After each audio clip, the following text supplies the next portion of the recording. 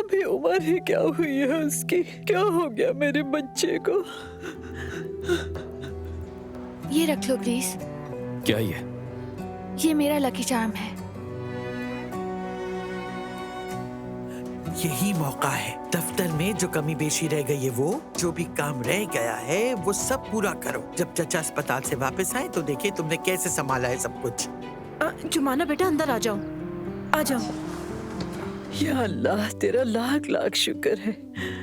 बेटा, क्या तुम सब घर आ रहे हो? नहीं दादी, आज रात उन्हें ऑब्जर्वेशन में रखा जाएगा।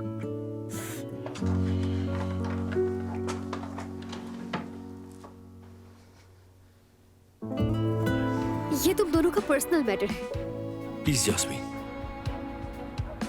शायद तुमने बहुत जल्दी प्रपोज कर दिया और तुम्हारा अंदाज शायद जबरदस्ती वाला था। क्या मतलब? हो सकता है उसे यही बुरा लगा हो।